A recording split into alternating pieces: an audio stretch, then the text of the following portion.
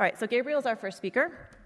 He's a poet and journalist. He's an award-winning foreign correspondent, and he's lived and worked throughout the Middle East, in the Balkans, and East Africa. He's especially acclaimed for his coverage of the First Palestinian Intifada and the Bosnian War. His reporter's diary on the civil war in Sudan, War and Faith in Sudan, published by Erdmans, won the Forward magazine's Book of the Year award for essays in 2006. He has published poetry, 2 novels, and is finishing a long-term project, The Testimony of Stones, which is a biography of Jerusalem's Church of the Holy Sepulchre. He had been involved with the historic Ruskin Art Club since 1998 and currently serves as its executive director, and he'll be telling us more about the Ruskin Art Club in his talk today. He is a companion of the Guild of St. George. So please welcome Gabriel Meyer.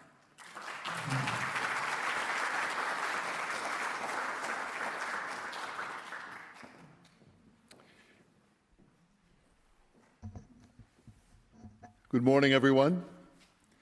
This is going to be an old school talk, so you won't be bothered, enriched by a flood of images coming from the screen. We'll be using the old technology of our imaginations.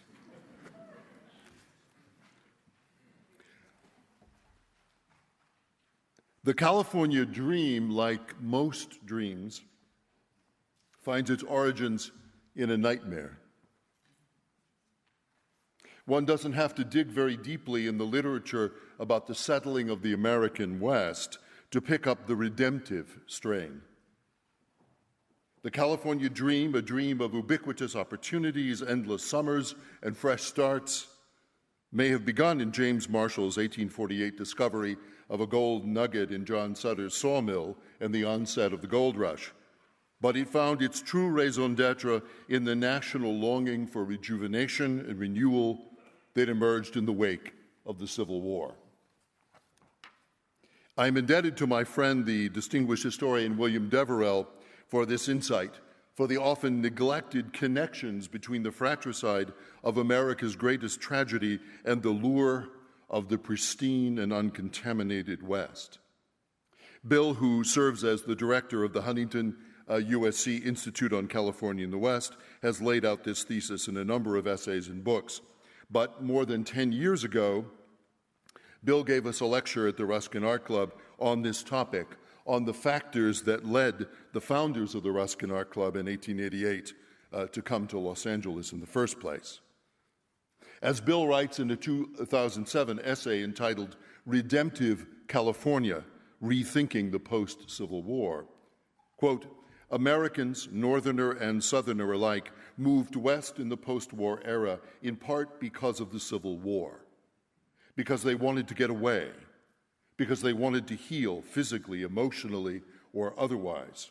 And most of them came on the Transcontinental Railroad, which was, if anything, a device by which the nation was supposed to be drawn together after the war, a gigantic suture tying the torn asunder north and south, end quote. That railroads, which played such a key role in the creation of the very library hosting us this weekend, that railroads would serve as the catalyst of the dream should come as no surprise. What is remarkable and germane to our discussion today is the language politicians and preachers used to describe the meeting of the rails. Quote, "Hail then, all hail," an orator exclaimed at the Central Pacific Railroad groundbreaking in Sacramento in 1863. "This auspicious hour, hail this bond of brotherhood and union, hail the marriage between the Atlantic and the Pacific, hail, all hail this bow of promise, the symbol, the harbinger, the pledge of a higher civilization and an ultimate and worldwide peace." A preacher took this even further in the remark that with the railroad, the New Jerusalem is coming down from heaven and will switch off in Oakland.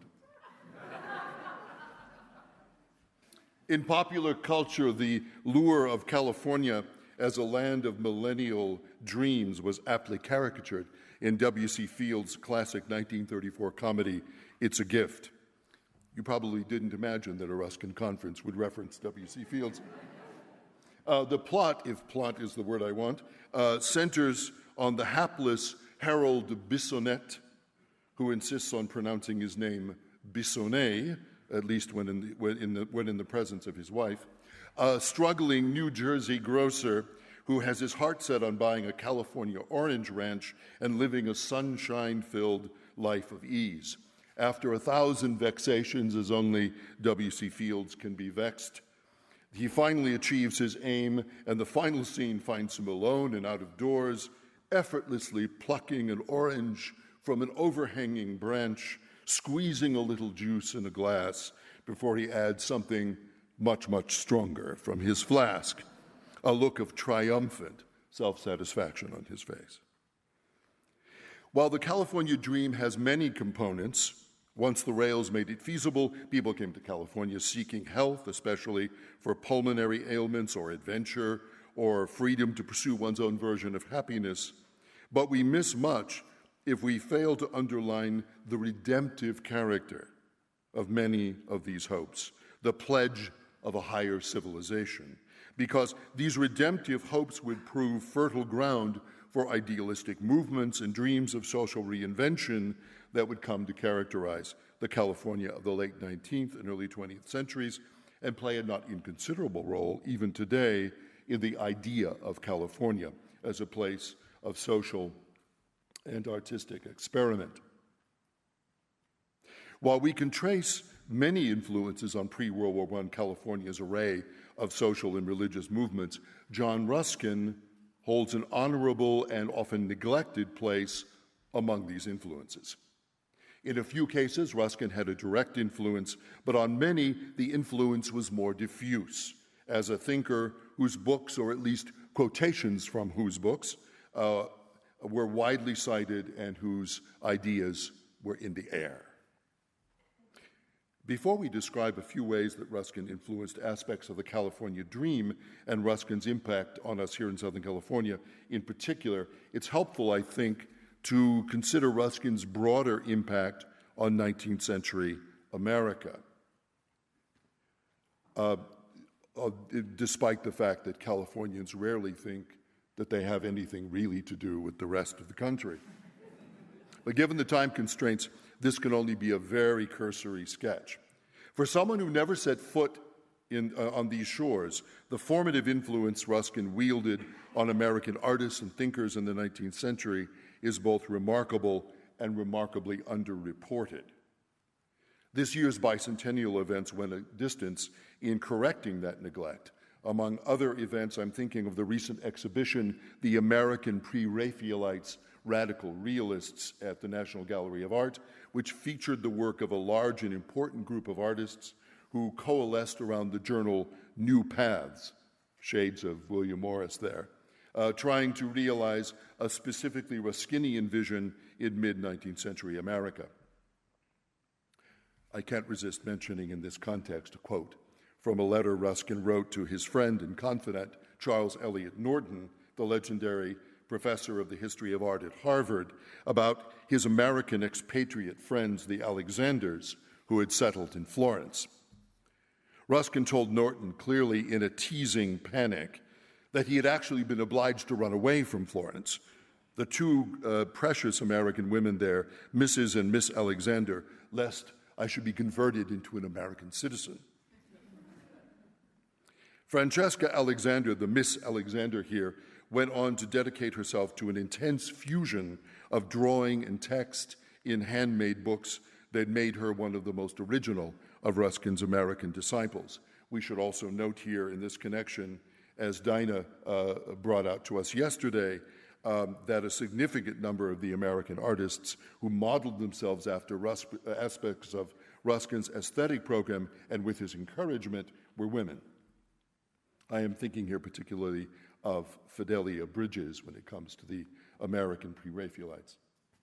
Part of Ruskin's impact can be traced to the parade of influential American artists and intellectuals who visited the Victorian master on his home turf or on the continent, and those American artists who actually studied under Ruskin. We've mentioned Norton, and there was what we might call the Norton Circle. Artists such as Charles Herbert Moore, who studied drawing under Ruskin in the 1870s and was later director of the Fogg Museum, and the group of American Ruskinians who painted in Italy: Moore, Henry Newman, Harold Broadfield Warren, Denman Ross, and Joseph Lyndon Smith. Many of these American Ruskinians later assumed positions of leadership in American art institutes, particularly the influential nexus of Harvard, the Fogg Museum, and the Boston Museum of Fine Arts, and in the formation of arts curricula in American universities.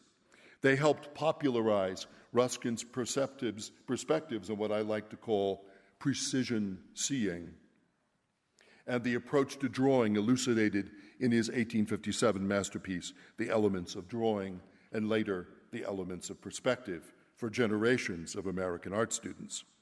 Norton's colleague Harold Warren, for example, championed Ruskin's theories at the Harvard School of Architecture well into the 20th century until his long tenure ended in 1930.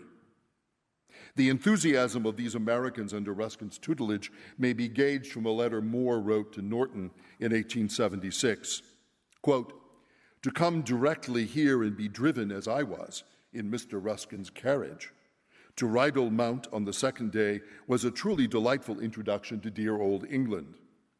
Mr. Ruskin spent the 2 mornings in giving me the most valuable instruction, drawing for me with his own hand and giving me precisely the help that I have all my life been longing for." End quote. Echoing a famous remark by Charlotte Bronte that Jim referenced yesterday, Moore wrote simply that by the mercy of God, Ruskin has been sent to open our eyes.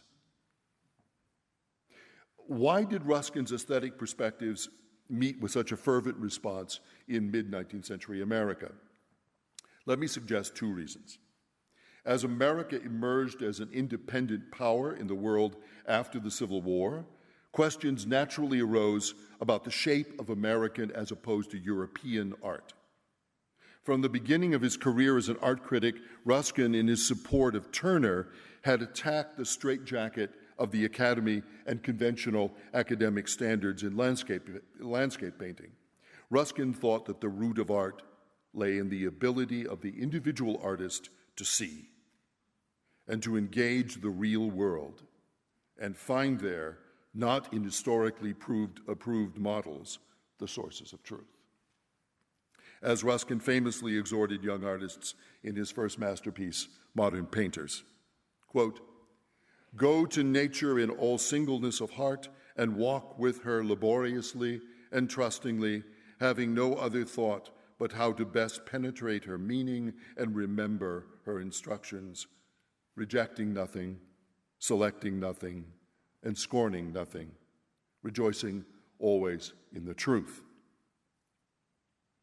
Beyond strictly aesthetic concerns, Ruskin's idea that art is essentially connected to social improvement and human development, not some rarefied pastime for elites, a connection central to Ruskin's thought, was deeply attractive to American interests and mores.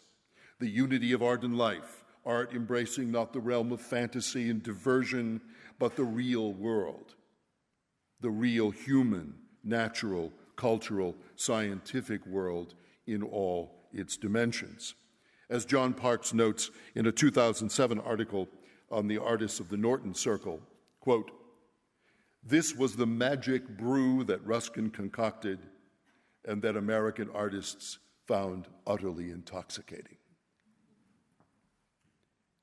That brings us inevitably to the other pole of Ruskin's impact on American society, namely on the creation of craft-based and utopian communities. 3 bullet point examples here. There were dozens of such experiments around the turn of the 20th century, most short-lived, lasting a year or 2, but what should be noted is that most, if not all, of these American attempts had their roots in the example of the agrarian-based activities of the Guild of St. George that Ruskin founded in the 1870s and in the craft enterprises inspired by William Morris. In California, this mainly took the form of back-to-the-land movements. For example, the early settlers of the Little Lands colony in Tujunga, The colony was the brainchild of William Smythe, who had organized colonies of gardeners and small farmers in other parts of the state with the slogan, "A little land and a living." Bolton Hall in Tujunga, the community's 1913 rock-faced meeting house, is the only physical remnant of the Little Lands colony today. Members of this cooperative community, around 200 at its height, were urged to build their houses, plant some seed, get some goats, chickens, pigeons, and sit back and enjoy life. Shades of W.C. Fields without the oranges.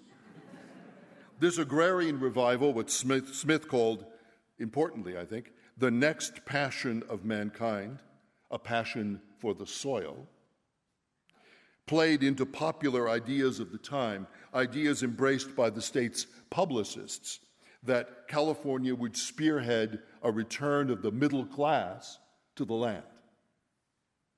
The urban bondage, so the argument ran, had run its course, and a new way of life was possible in which scientific, modern men and women could embrace the benefits of country life and resist the evils of industrialization.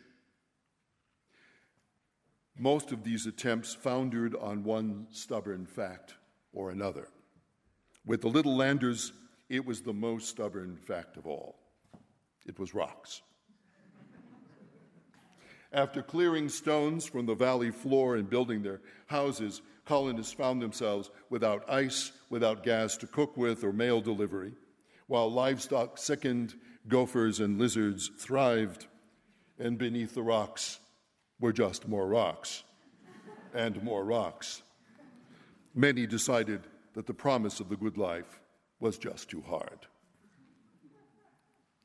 In Ruskin, Florida, educators experimented with new and very Ruskinian models of higher education, drawn particularly from Ruskin's years as Slade Professor of Art at Oxford, and in Ruskin, Tennessee, with a nod to Morris, more equitable relations between capital and labor.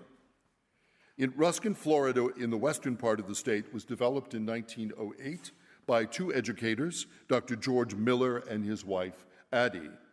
In 1910, the Ruskin Common Good Society officially incorporated the town, and the Millers presided over the Ruskin College there, which required students to do manual labor part-time to pay for their education and housing.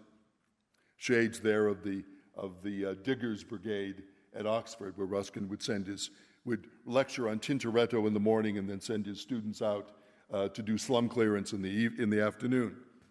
However, by 1918, of course, World War I had decimated most of the student body, and a disastrous fire finished the job, destroying the campus that same year. Miller died in 1919, and although the town survived as a farming community, the idealistic dreams of its founders did not. Ruskin, Tennessee had an even shorter and more dramatic trajectory. Founded by crusading newspaper editor and socialist reformer Julius Wayland in 1894, the Ruskin colony was one of many attempts to create model societies in rural areas which would challenge and provide practical alternatives to the American industrial system. Such colonies, by the way, also functioned as an implicit criticism of the limitations of social reform based on urban models and institutions such as organized labor. Ruskin, Tennessee lasted just 2 years before being torn apart by disputes about governance and free love, in no particular order. The monogamous majority moved to Georgia in 1896 to start anew, but disease, failed business enterprises, and poverty forced them to disband in 1901. Of all of these attempts, the most substantial and durable in its aims and long-lasting effects was and is the Roycroft community in East Aurora, New York. Kateri Ewing will be speaking to us from the experience of that community later on today. Founded in 1895 by the colorful, to say the least, former soap salesman, publicist, and would-be philosopher Elbert Hubbard, on the basis of visits to Ruskin and Morris, The Roycroft Guild, initially organized around printing and fine press publishing, soon grew into a residential community of artisans, printers, furniture makers, metalsmiths, leather workers, and bookbinders that made a notable mark on the development of American architecture and on book and interior design at the turn of the 20th century. At its height in 1910, the community boasted a population of 500. And contrary to the examples of the other communities that we've cited, Roycroft, in one form or another, has managed to persevere, both as a colony and as a style, despite the loss of Hubbard, who, in a moment of prophetic insight and not a little hubris, imagining that he could personally persuade Kaiser Wilhelm to end the war, booked himself and his wife on the Lusitania in 1915. It's worth noting we had a fine conference on Ruskin and the arts and crafts movement at Roycroft this past September. It was especially gratifying to witness the revival of the Roycroft Press under the leadership of Joe Weber, who has made every effort to create new books in the classic Roycroft style and has even managed to locate and press into service 4 of Hubbard's own printing presses. Back to California. It's October 12th, 1888, and we're in the living room of Mary Boyce's house, just off Pershing Square in downtown Los Angeles. The Los Angeles of 1888, Bill Deverell calls it a brash city, a city in the midst of epoch-making transitions. In 1880, for example, the population of Los Angeles was a little over 11,000. By 1890, it was more than 50,000. By the turn of the century, that figure had doubled. As California historian Kevin Starr perceptively notes, hope for the good life glowed white-hot in the 1880s when thousands upon thousands of Pullman immigrants poured into the state in the most dramatic population growth since the gold rush. Their lives were explorations at a time of transition. Together, they glimpsed an idea which yet remains a challenge and which might become a tragic irony. They dreamed of a California of nature and art, lived with dignity and celebrated in creativity. They wanted a California of health, color, warmth, and heritage. They struggled for it, all of them, even the wounded ones." End quote. It's very much in this context and in this spirit that the Ruskin Art Club was born. Captain Henry H. Boyce, a retired Union officer, and his wife Mary had moved to Los Angeles in 1882 in the so-called boom years, when Captain Boyce bred horses and then went on to become the business manager and then owner of the Morning Tribune in his spare time. In addition to the experience of the Civil War, an even deeper and more personal grief had driven the Boyces west. While they lived in Milwaukee before the move to California, 4 of their 5 children had died of diphtheria within a week. Mary Boyce must have seemed a very exotic figure in the social climate of Los Angeles in those days. Fascinated by the ancient Middle East, she gave her children the names of Egyptian gods and goddesses. In her salons and study circles, Boyce played host to visiting scholars and writers in Los Angeles. She hosted Crawford Hancock Toy, eminent professor of Hebrew and Oriental languages at Harvard, and Ernest Fenollosa, the Oriental scholar who inspired the Chinese translations of Ezra Pound. An early history of the Ruskin Art Club, written in 1893, describes the club's origins this way. A few women, especially inspired by the fine collection of engravings and etchings in the home of Mrs. H. H. Boyce, and desiring a more intimate knowledge of black and white art engraving in all its branches, urged Mrs. Boyce to lead a circle or club in the study of this subject. This she consented to do, giving the club free access to the rare books of her library and, of superior importance, an opportunity to study the unusually fine collection of masterpieces of old-time engravers of different periods. Many of Mary's friends were not only prominent citizens of boom-era LA, but the spouses of the University of Southern California's founders, the creators of the cultural and educational infrastructure of the emerging city. At the first official meeting of the club, they gave it the name Ruskin.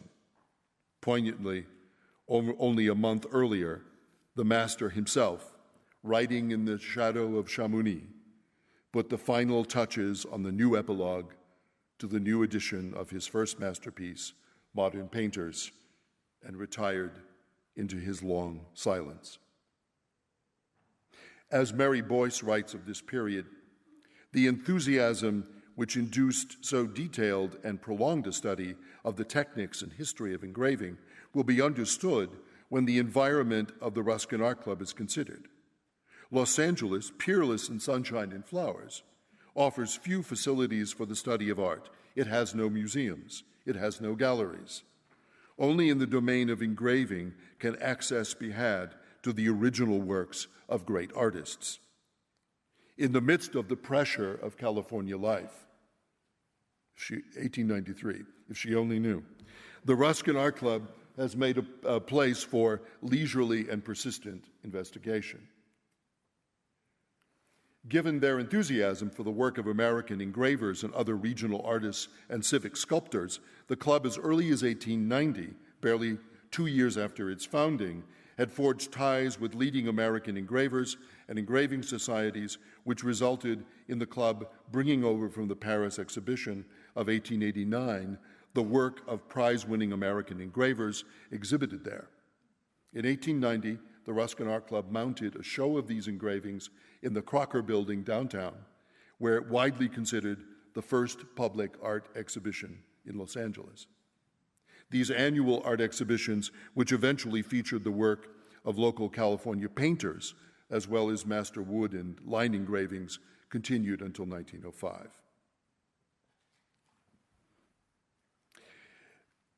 The fact that the Ruskin Art Club devoted itself in its first years to a serious study of hand engraving and etching is instructive.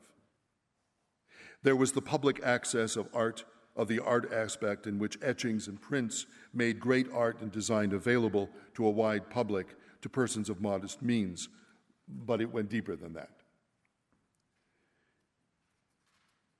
Early Ruskin Art Club members were not just studying art as a private leisure activity, although there is the lifelong learning aspect to note, but as part of something as large as the expansion or perhaps the recovery of human consciousness itself. Ruskin taught that beauty has an essentially moral, even redemptive, function in human life, and that art is one of the principal, if not the principal way of awakening to the real world, and in the face of industrial abstraction, recovering what it means to be an individual, what it means to be human. Los Angeles was not alone in boasting a Ruskin-oriented club in those days. The end of the 19th century was the heyday on both sides of the Atlantic of Ruskin societies, reading guilds, and associations, to one degree or another, dedicated to studying the works of the Victorian master, following his engagement in art education and applying his insights to the cultural and social issues of the day. The Ruskin Club in Oakland was founded in 1898 by Frederick Irons Bamford, A.A. Dennison, and Austin Lewis, a small group of committed Bay Area socialists. This group had more on its mind than studying art.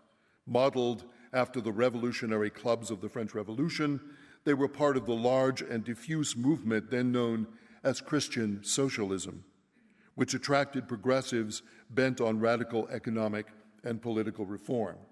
Novelist and adventurer Jack London, in his incarnation as revolutionary firebrand, the boy socialist, as he was then called, was a member and frequent star lecturer to the club's intellectual clientele.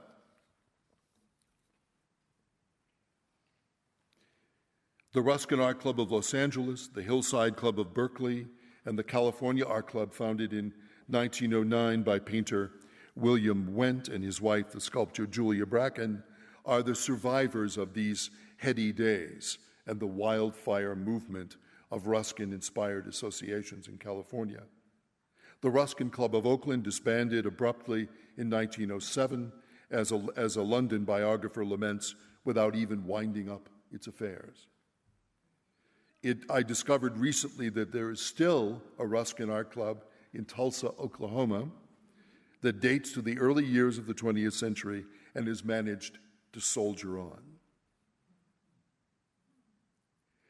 The promise of the West, proclaimed with such drama by the Golden Spike, was to prove, at least in general terms, a disappointment to the large redemptive hopes of the early 20th century California dreamers. As we have seen, redemptive hopes shaped to a more significant degree than is commonly acknowledged by Ruskin and his American followers. Despite the perceptions of 19th and 20th century Anglo-American settlers, California was not a tabula rasa, a blank slate upon which their dreams could be innocently realized. There were people here, and cultures, and ways of life increasingly pushed to the margins by California's pioneers, by all those Pullman immigrants. Even as the newcomers borrowed elements of local architecture and folkways to create the romantic myth of an innocent Spanish colonial past with mission themes and red tile roofs and wrought iron fixtures, but without Native Americans, Mexicans, and Catholics. Belief in progress, born of the crisis of the Civil War, had been undermined by an even greater war that broke out in 1914, a conflict that called into question the idealism that had greeted the new century with its apparently limitless possibilities and technological marvels. By the way, that's one of the reasons we talk about the decline of Ruskin's influence. I think part of it can really be traced to the experience of World War I. In the 1920s, nobody wanted to hear about Victorian idealism. People were just too wounded. It took a long time for people to hear this voice again. The dream of Victorian Los Angeles, with its Bunker Hill mansions, gardens, and culture-building civil engagement, had darkened by the 1930s into L.A. noir, a city of urban exiles, setting of the novels of Raymond Chandler, Chinatown, the corruption-ridden world of Mayor Shaw and the architects of megalopolis and suburban sprawl. Ruskin speaks to us today for the same reasons that he spoke to our forebears a century ago, but I would argue in a different and deeper, or at least more insistent key. Our forebears turned to Ruskin in the face of systemic failure, the failure of a civilization to cohere, civil war, and therefore with the need to rethink, to re-examine the human enterprise from top to bottom. To do that, you need radical thinkers who pose the difficult questions, who challenge the operational assumptions, and who tell you that your choices matter. Ruskin was and is such a thinker. If anything, the systemic and ecological failures of our own times appear far more threatening and urgent than the ones our forebears knew, and may require more radical and wholehearted responses than the ones they envisioned, let alone the ones they managed. In 1884, Ruskin gave an end-of-term lecture to his students at Oxford, during which he expressed disappointment in what he saw as their polite resistance to the way of life he had proposed to them. A way of life based not on consumption, on the search for empty leisure, on the worship of the self, which, as Ruskin wrote, renders one an incarnate calamity to the world. All this, said Mr. Ruskin of his demands, is called impossible. It may be so. I have nothing to do with possibility. I have everything to do with indispensability. Thank you.